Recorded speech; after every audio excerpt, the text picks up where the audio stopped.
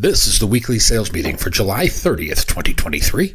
My name is Chris Fleming. You can reach me at chris@cdmediaconsulting.com or go to our website at cdmediaconsulting.com.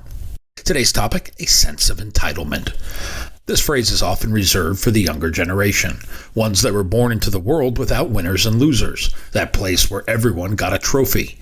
They are often referred to as entitled as if certain things are expected. For the past 10 or so years, there have been seminar after seminar about this, how the older generations need to change our workplaces to accommodate this new generation.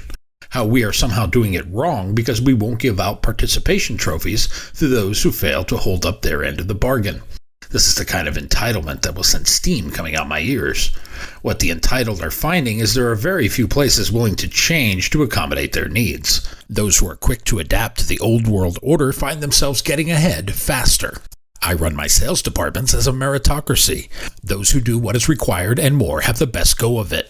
Those who wait around to be recognized for being around will soon find themselves waiting elsewhere. I have certain expectations, like showing up for work and doing your job to the best of your ability. You do what is required and more, you don't hear from me.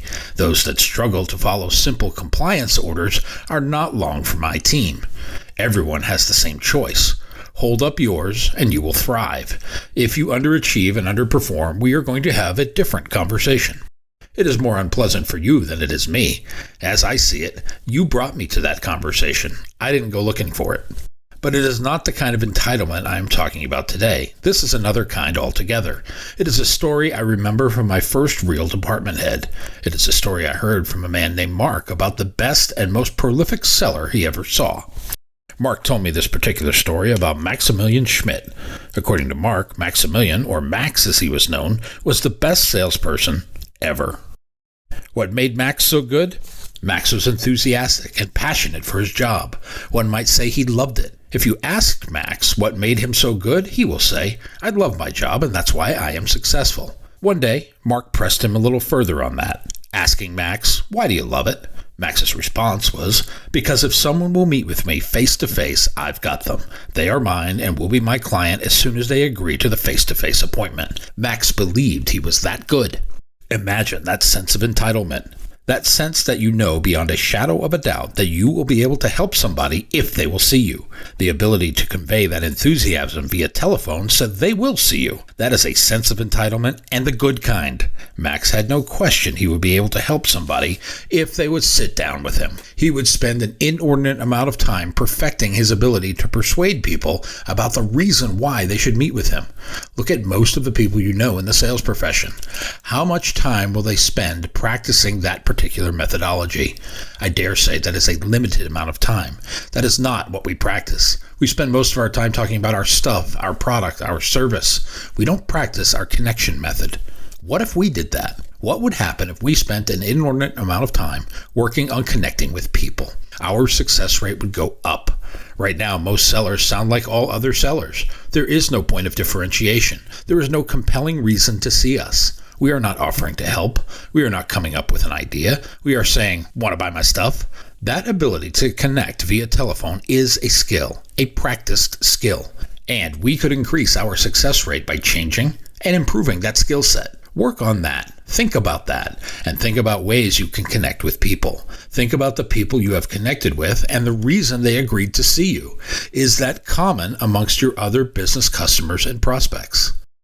One of the reasons Max was so successful and so convincing on the telephone was his success rate in helping people. He fed off that energy. He traded on his own equity. He knew if he could get someone to see him, he would be able to help them. And that's what he was selling by telephone. It could have gone something like this. Based on the success others have had after meeting with me, you'll want to do this.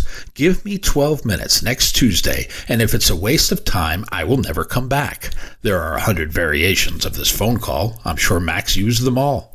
But he fed off the success he already had. You can do that too. Think about the commonality between your business customers and the ones who have had success. Do the converse. Think about those that have had failures. What is the commonality there? Using those two subsets, you could craft a message that will resonate via phone or email or carrier pigeon.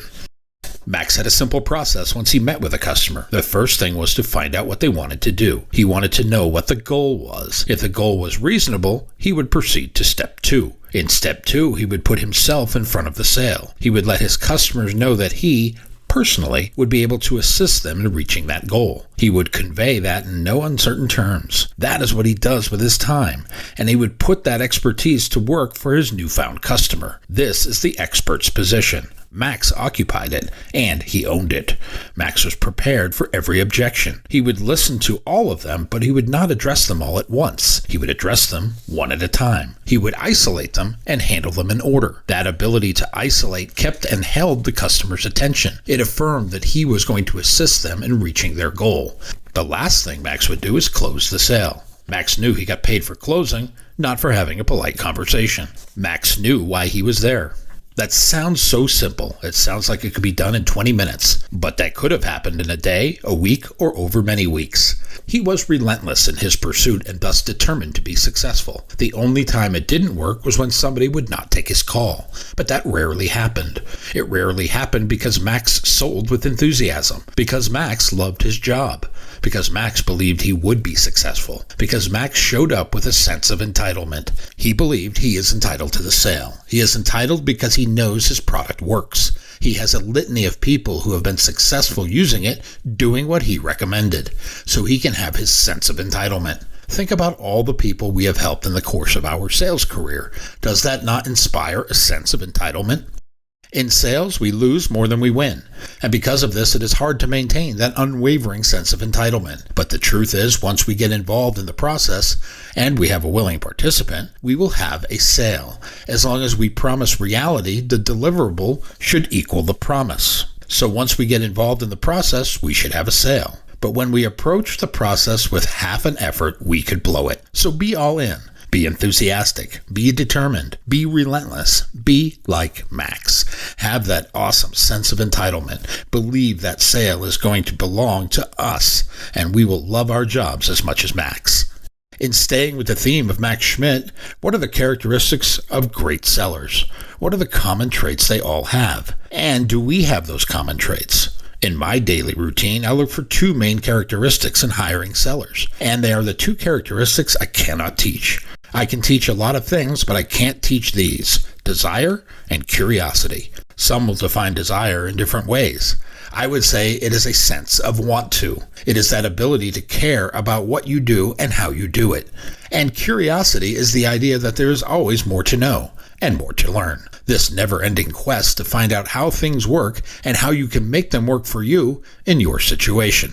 Did Max have these? I venture to guess that he did, although they manifested themselves in different ways. His desire may have displayed itself in the number 1 trait. The number 1 thing Max possessed was an undying optimism. Max believed in Max. He believed in his ability to help customers, and the thing he desired most was the first meeting. It is here he would convey his belief and enthusiasm for what he did and how he did it. This is why he was entitled. He was entitled because he believed. He knew once he could get involved with the customer, he would convert. He knew that based on past history and past performance. But what if you don't have that? What if you're a novice? Can you still have that sense of entitlement? I am sure that answer is yes. You can use the collective equity of the group as your entitlement. Our product has been successful, and our customers are successful, so our next prospect will be successful. That logic flows. But you have to believe. You have to believe that your product produces results. You have to believe and trust that what your team is telling you about the successes they've had is true. You cannot go in as a skeptic. It helps to sell something you believe in and believe it to the nth degree. If you are disingenuous with your belief, it will be spotted and revealed. The second thing you have to have is natural curiosity.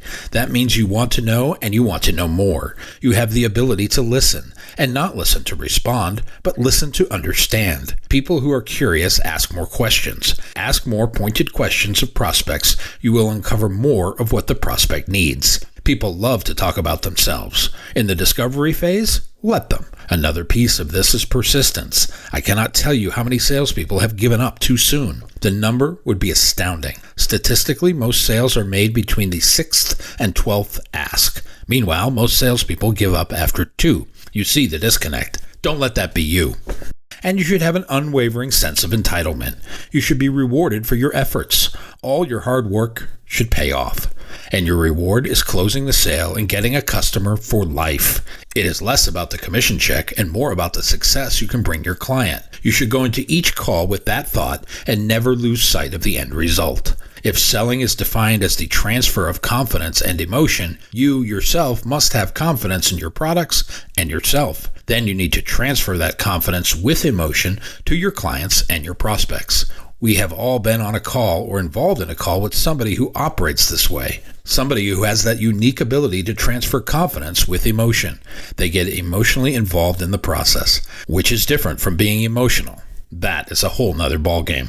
Back to Max, his sense of entitlement was enthusiastic, and that enthusiasm was transferred to his customers. That entitlement was contagious. You see, people respond to enthusiasm. When you are excited about what you are selling, and you do so with passion and enthusiasm, people cannot help but respond to the positive. And that positive response fuels more enthusiasm. This marks the difference between good and being great at our profession. When you are good, you can meet the needs of your customers, meet the demands of your managers, and meet your personal goals. When you are great, you believe in yourself, your product, and your customers. You transfer that belief with enthusiasm, with confidence, with emotion, and it's infectious. You are the person people want to be around. You are looked at as a sales leader, someone that everyone wants to talk to and everyone looks forward to seeing. Is that you? My book, Yes, I'm a Salesman, You Can Be Too, is now available on Amazon.com. If you like what you have heard here today, please consider ordering a copy or two. You can always give one to a friend. Go to cdmediaconsulting.com right now and follow the instructions to order.